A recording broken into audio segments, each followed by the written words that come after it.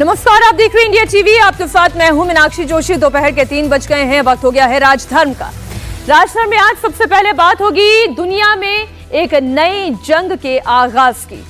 Venezuela पर America यानी कि ट्रंप की सेना ने हमला बोल दिया है।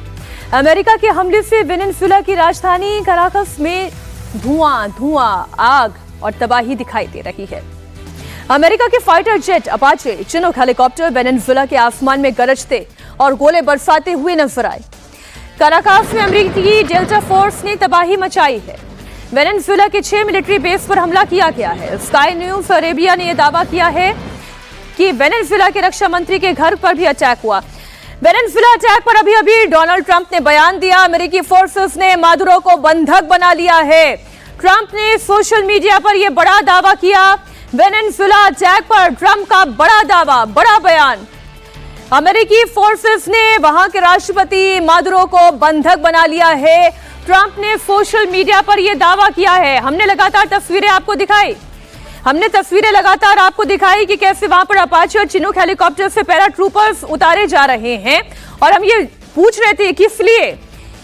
न सिर्फ मादुरो को इस वक्त अमेरिकी फोर्सेस ने कैप्चर कर लिया है, उन्हें वेनेजुएला से बाहर लेकर जाया जा रहा है। इस वक्त की बड़ी खबर, अमेरिकी फोर्स ने मादुरो को बंधक बना लिया है। ट्रंप ने अपने सोशल मीडिया पर यह दावा किया है। इस वक्त की बड़ी खबर, वेनेजुएला पर अटैक हुआ। वहां के समय अनुसार 1:58 पर यह हमला हुआ। रात 1:58 तत्कालीन उस वक्त वहां के समय के अनुसार, स्थानीय समय के मुताबिक यह हमला हुआ और उसके बाद काराकास वेनेजुएला की राजधानी दहल उठी। मादुरो राष्ट्रपति भवन में नहीं थे, ये जानकारी आ चुकी थी। वहां के रक्षा मंत्री के घर पर भी बॉम्ब गिराया गया, उसे तबाह कर दिया गया। ये जानकारी लीजिए, मैं पढ़ देती हूँ। The United states of America has successfully carried out a large scale strike against Venezuela and it's leader. Donald Trump ये कह रहे हैं कि अमेरिका ने बड़े स्तर पर वेनेजुएला और उसके लीडर के खिलाफ एक कामयाब स्ट्राइक की है। President Nicolas Maduro, who has been along with his wife, captured and flown out of the country. President Nicolas Maduro, जो उस वक्त अपनी पत्नी के साथ थे, उन्हें कैप्चर कर लिया गया है और देश से बाहर ले जाया गया है। The operation was done in conjunction with US law enforcement. Details to follow. There will be a news conference today at 11 AM। तो थोड़ा सा और आपको इंतजार करना पड़ेगा। अमेरिकन समय के अनुसार 11 बजे ये प्रेस कॉन्फ्रेंस होगी और इस पर और ज्यादा डिटेल सामने आएगी। तो लगातार इस पर हमारी नजर बनी हुई है। जैसे ही इस पर अपडेट आती है, जैसे ही डोनाल्ड ट्रंप प्रेस कॉन्फ्रेंस करते हैं, हम आपको लिए चलेंगे। आप वेनेजुएला में अमेरिकन स्ट्राइक पर देखें इंडिया टीवी की रिपोर्ट।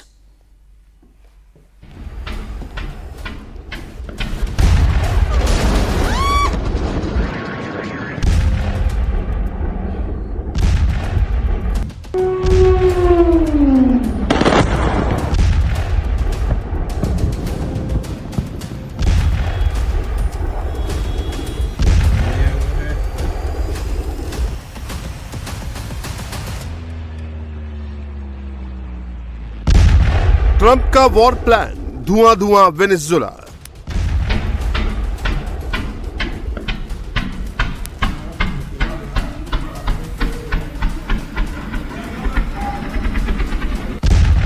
वेनेजुएला पर अमेरिकी हमला, नया युद्ध शुरू हो गया।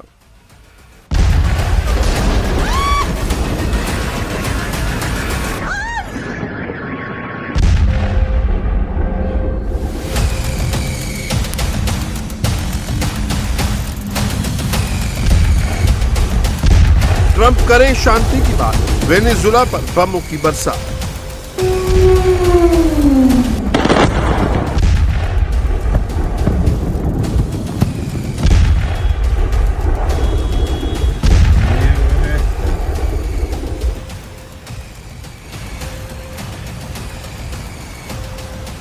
नए साल की शुरुआत नई जंग के साथ हुई है। वेनेजुएला की राजधानी काराकस में ट्रंप की फौज ने हमला बोल दिया है। अमेरिका के अचानक हमले से वेनेजुएला दहल गया।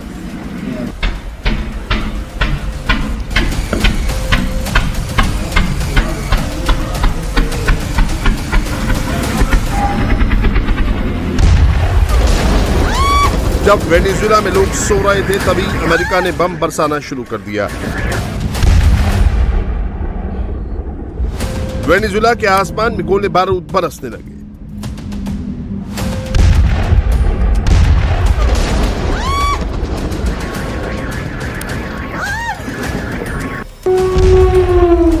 अमेरिका की पावरफुल एयर स्ट्राइक से वेनेजुएला की राजधानी काराकस में बस तबाही तबाही देखने को मिल रही है।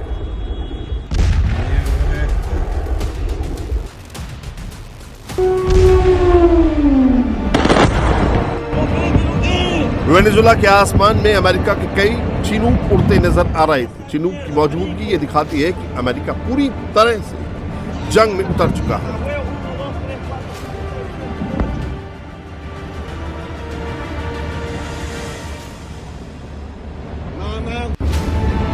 सिर्फ चिनूक ही नहीं, अमेरिका ने वेनेजुएला में तबाही के लिए अपने अपाचे हेलीकॉप्टर को भी उतार दिया है। वेनेजुएला के आसमान में अमेरिकी एयरफोर्स के कई अपाचे अटैक हेलीकॉप्टर भी मंडराते नजर आ रहे हैं।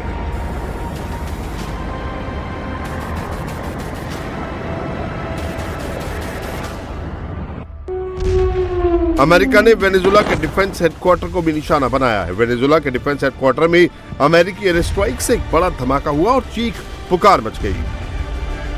वेनेजुएला के डिफेंस हेडक्वार्टर में ही उनके डिफेंस मिनिस्टर का भी घर है।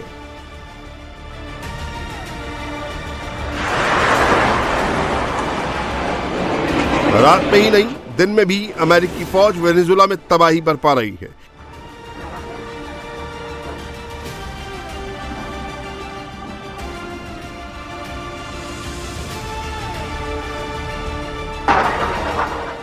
वेनेजुएला के आसमान के सन्नाटे को अमेरिकी फाइटर जेट्स की गर्जना चीर रही है। अमेरिका की वायुसेना वेनेजुएला में लगातार सेलेक्टेड टारगेट्स पर अटैक कर रही है।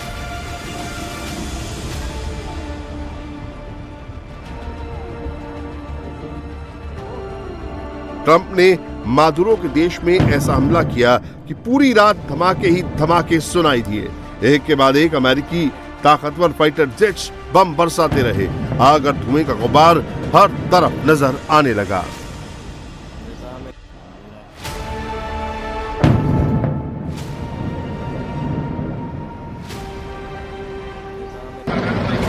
अमेरिका की तरफ से ऐसे ताबड़तोड़ हमले हो रहे हैं कि वेनेजुएला को रिएक्ट करने का टाइम तक नहीं मिला। अमेरिकी एयरफोर्स के अटैक हेलीकॉप्टर ने वेनेजुएला पर गोलियों की ऐसी बारिश की जिसकी कल्पना मादुरो ने कभी सपने में भी नहीं की थी।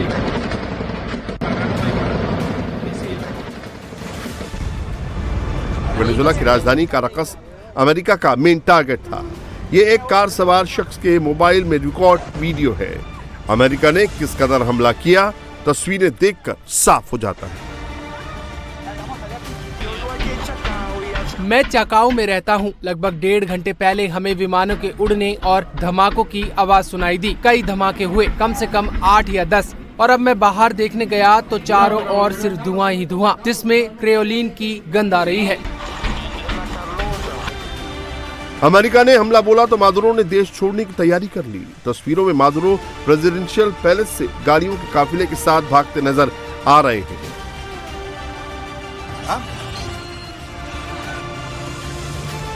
इतना ही नहीं, मादुरो के प्रेसिडेंशियल पैलेस के बाहर सेना के टैंकों को भी तैनात कर दिया गया है।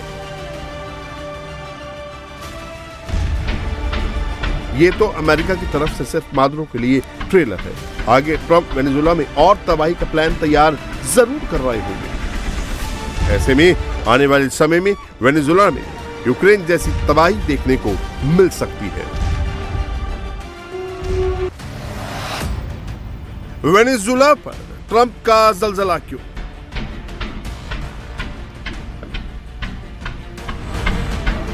वेनेजुएला पर 7 लोकेशंस पर बमबारी हो रही है। अमेरिका के राष्ट्रपति डोनाल्ड ट्रंप ने यह पहले ही वार्निंग दी थी कि अमेरिकी सेना वेनेजुएला के अंदर हमले शुरू करेगी।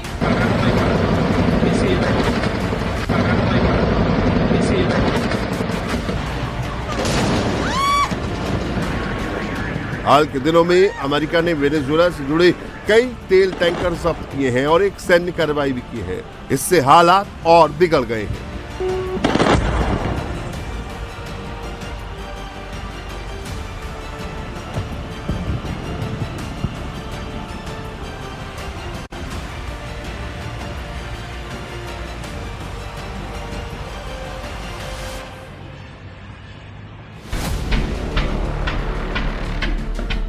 ड्रग्स तस्करी से शुरू हुई लड़ाई एनर्जी और ऑयल रिसोर्सेज पर आ गई है और अब वेनेजुएला में धमाके ही धमाके सुनाई दे रहे हैं।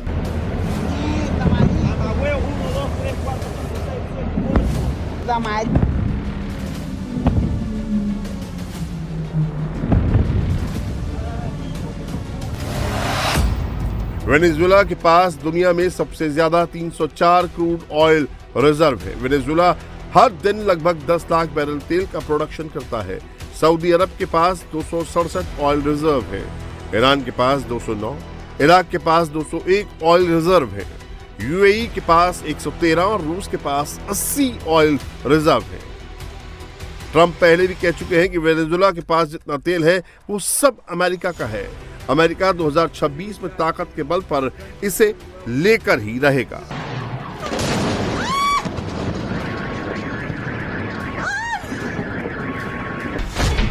डोनाल्ड ट्रंप वेनेजुएला को आतंकी देश करार दे चुके हैं। उन्होंने कहा कि वेनेजुएला को अमेरिका की संपत्तियां लौटानी होंगी, हम अपना तेल वेनेजुएला से वापस लेकर रहेंगे। ट्रंप ने यहां तक कह दिया कि वेनेजुएला ने अमेरिका की ऑयल, एनर्जी और प्रॉपर्टी पर कब्जा किया है और वो अपना अधिकार वापस लेकर रहेंगे। अब यूएस की आर्मी का जबरदस्त एक्शन भी शुरू हो गया है। वेनेजुएला के राष्ट्रपति निकोलस मादुरो लगातार कहते रहे हैं कि ड्रग्स के खिलाफ लड़ाई की आड़ में अमेरिका हमारे देश के तेल भंडार को कब्जाना चाहता है। अमेरिका इतिहास में किसी भी दूसरे देश से ज्यादा तेल का प्रोडक्शन करता है, फिर भी उसे तेल इंपोर्ट करने की जरूरत होती है। स्पेशली वेनेजुएला के कच्चे तेल की उसे जरूरत होती है। इसके पीछे बड़ी वजह यह है कि अमेरिका हल्का मीठा कच्चा तेल उत्पादित करता है, जो गैसोलीन बनाने के लिए अच्छा तो है, लेकिन दूसरे कामों के लिए नहीं। वहीं वेनेजुएला भारी और खट्टा कच्चा तेल का उत्पादन करता है। इसके प्यूरिफिकेशन प्रोसेस से कई अहम उत्पाद बनते हैं। इनमें सबसे अहम डीजल, डामर और कारखानों तक दूसरे भारी इक्विपमेंट्स के लिए ईंधन शामिल है। वेनेजुएला के तेल को दुनिया के लिए खोलना अमेरिका और उसके दोस्त मुल्कों के लिए अच्छा खासा फायदेमंद हो सकता है। ट्रंप को कूटनीति और प्रतिबंधों से अपने पक्ष में नतीजे नहीं मिले, इसीलिए अब पूरी ताकत से वेनेजुएला पर अटैक कर दिया है। विशेषज्ञों का यह भी कहना है कि वेनेजुएला का हाल इराक जैसा होने वाला है।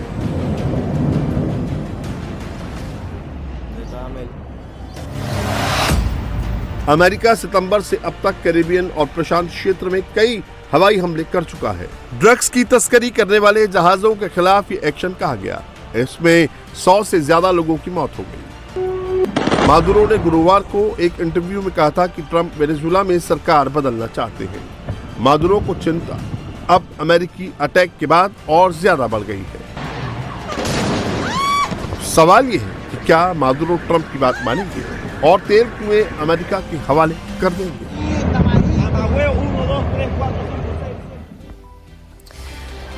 बड़ी खबर एक बार फिर आपको बता दें, वेनेजुएला अटैक पर ट्रंप ने बयान दिया। अमेरिकी फोर्स ने राष्ट्रपति मादुरो को बंधक बना लिया है। ट्रंप ने सोशल मीडिया पर यह दावा किया कि अमेरिकन फोर्सेस ने मादुरो को न सिर्फ बंधक बनाया, वेनेजुएला के बाहर ले जाया गया है। मादुरो की पत्नी को भी अमेरिकी फोर्स ने मादुरो के साथ ही उस वक्त चूंकि वो मौजूद थी तो उन्हें भी कैप्चर कर लिया गया है। तो काराकास के आसमान पर बम, गोले, बारूदों की धमक आप सुन रहे थे, वहां से उठते हुए धुएं आपने देखे। राष्ट्रपति मादुरो को पकड़ लिया गया, उनकी पत्नी जो उनके साथ मौजूद थी उन्हें भी पकड़ा गया।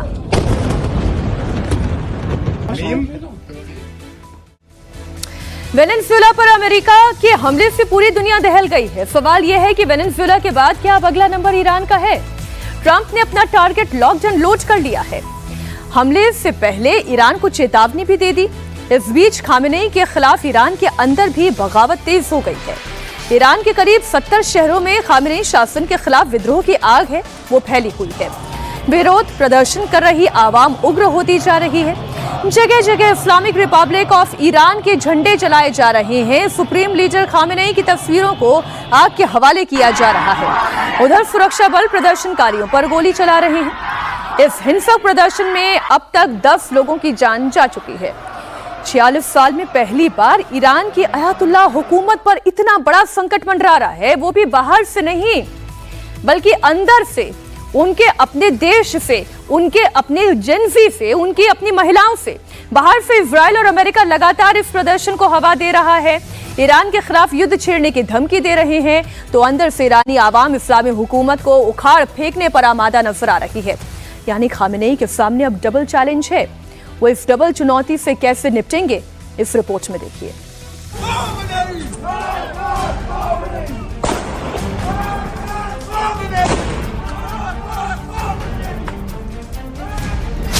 क्या ईरान में गृह युद्ध का काउंटडाउन शुरू हो गया है?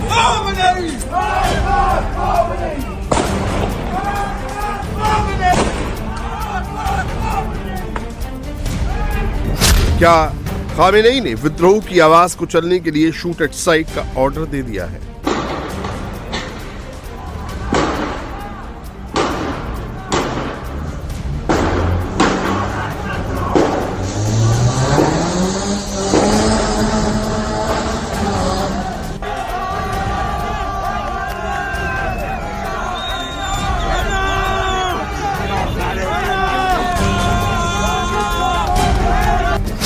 क्या 46 साल बाद ईरान में इस्लामिक हुकूमत का तख्ता पलट होने वाला है?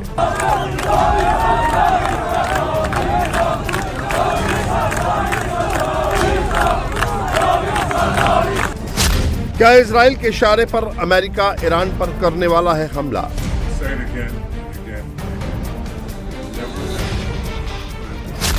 ट्रंप की धमकी से तिलमिलाया ईरान, कैसे लेगा अमेरिका से बदला?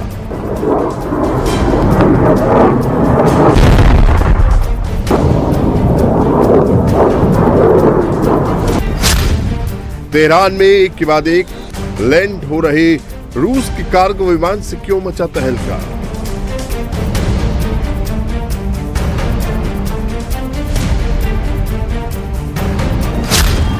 ईरान का विरोध प्रदर्शन अब बेहद खतरनाक स्टेज पर पहुंच चुका है। महंगाई, बेरोजगारी और आर्थिक बहाली के खिलाफ शुरू हुआ जन आंदोलन अब सीधे खामेनेई की इस्लामिक सत्ता को चुनौती दे रहा है, या यूं कहिए ईरान, इजराइल और अमेरिका के बीच जंग का नया सायरन बजना शुरू हो गया है। ये ईरान की राजधानी तेहरान की तस्वीरें हैं, जहां आवाम का गुस्सा बीच सड़क पर आग बनकर भड़क रहा है।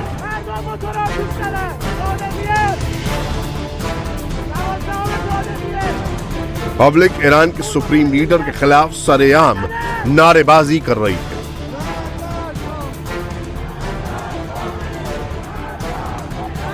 कुछ ऐसी तस्वीरें तेहरान के पास ईरान के कोम शहर से आ रही हैं। कोम में विद्रोह, आवाम और खामेनेई की फोर्स आमने सामने है।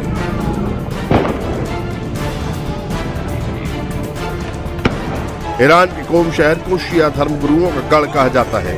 खामेनेई समेत ईरान के ज्यादातर आयतुल्ला यहीं से निकले हैं। लेकिन अब कौम में भी बगावत की आग तेज हो गई है। आवाम सड़क पर है, पुलिस की गाड़ियां जला रहे हैं, दुकानों को ठोक रहे हैं। जिन सुप्रीम लीडर खामेनेई के इशारे के बिना ईरान में पत्ता भी नहीं हिलता, वहां के यज़्द शहर में अब खुलेआम उनकी तस्वीरें जलाई जा रही हैं। ईरान में 1979 के बाद से चल रही इस्लामिक सरकार पर इस समय सबसे गहरा संकट मंडरा रहा है।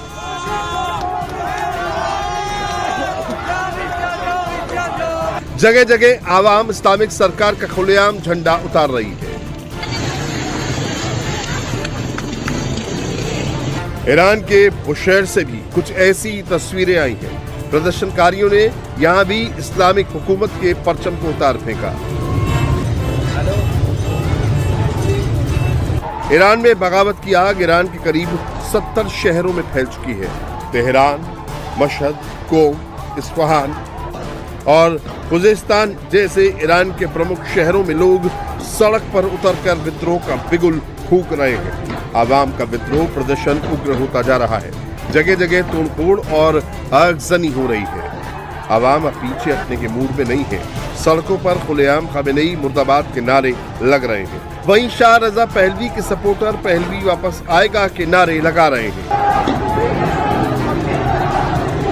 सुरक्षा बलों की गोली से हुई मौतों के बाद जनता और भड़क गई है। ये तेहरान की तस्वीरें हैं जहां प्रदर्शनकारियों ने IRGC वाले की मोटरसाइकिल के बीच सड़क पर फूंक दिया।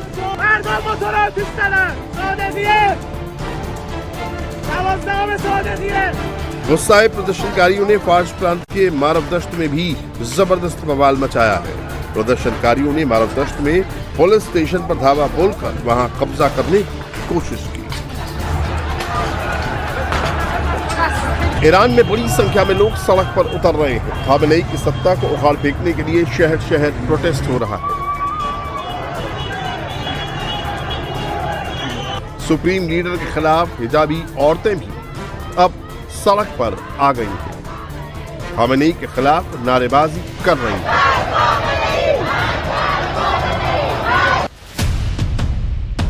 पिछले 4 दशक में पहली बार ईरान के अंदर काबिज शिया इस्लामी हुकूमत के खिलाफ इतना हिंसक प्रदर्शन हो रहा है।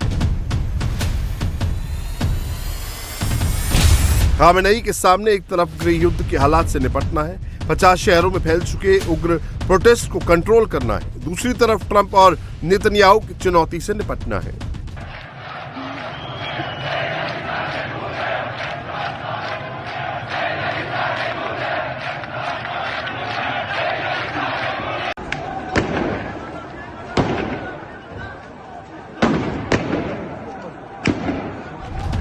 विरोध की आवाज को चलने के लिए अब ईरानी फोर्स सीधे प्रदर्शनकारियों पर गोली चला रही है।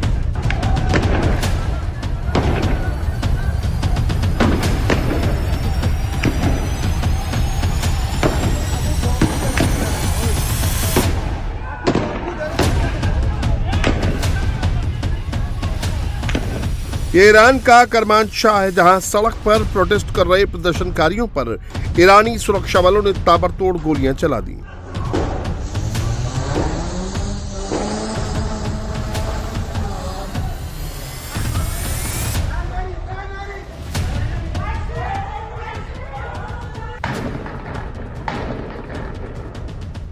करमनशाह से लेकर तेहरान और इलाम तक पुलिस और पब्लिक आमने सामने है। इलाम में भी प्रदर्शनकारियों और सुरक्षा बलों के बीच जबरदस्त फायरिंग हुई। इलाम में प्रदर्शनकारी अब खुलेआम खामेनेई हुकूमत के खिलाफ हथियार उठाने की बात कर रहे हैं।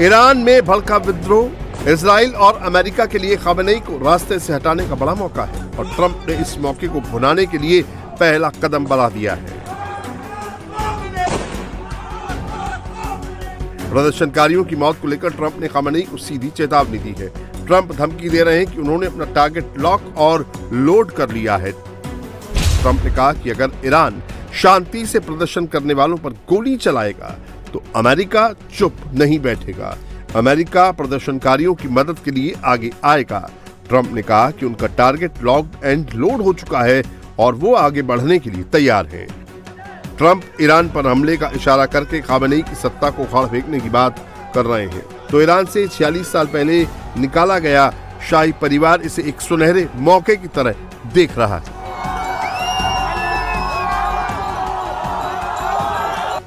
ईरान के निर्वासित प्रिंस रेजा पहलवी ट्रंप का शुक्रिया अदा कर रहे हैं। आवाम से बड़ी तादाद में खामेनेई हुकूमत के खिलाफ सड़क पर आने की अपील कर रहे हैं। To the whole world that the scenario of change in Iran has no resemblance to poorly managed changes of regime in the other countries in our immediate neighborhood. It's impossible given the DNA and nature of the regime. The solution is regime change, but rely on the Iranian people. Where diplomacy fails, don't jump straight to conflict and escalation and military strikes. There is a third way, and that is to empower the people of Iran. They are the agent of change. They are your alternative. And empowerment of the people today is the quickest way to resolve the problem. उधर Netanyahu की भी यही कोशिश है। Netanyahu Trump पर लगातार दबाव डाल रहे हैं कि ईरान पर हमला करने का यही मौका है, सही मौका है। And one day, I know that, one day this will change. One day Iran will be free. Women, life, freedom, zan, zandagi, azadi. That is the future of Iran.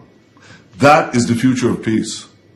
And I have no doubt that we will realize that future together a lot sooner than people think.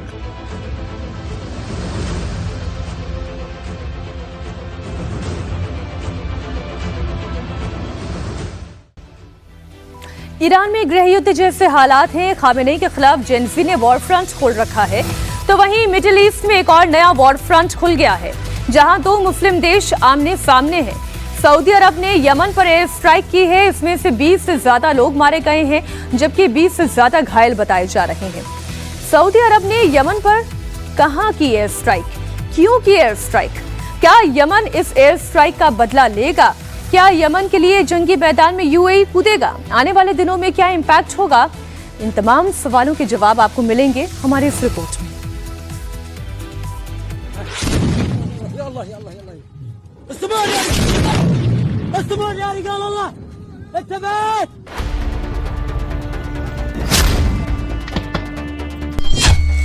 नए साल में war का एक और नया front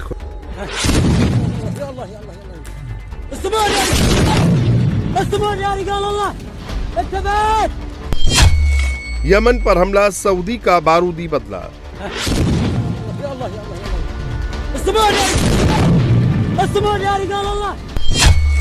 Yemen को UAE ने छोड़ा अकेला, सऊदी अरब बम वर्षा।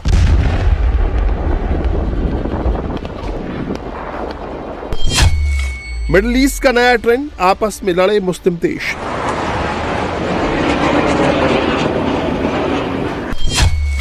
यमन में सऊदी का अटैक, प्रिंस सलमान की मिस्टेक।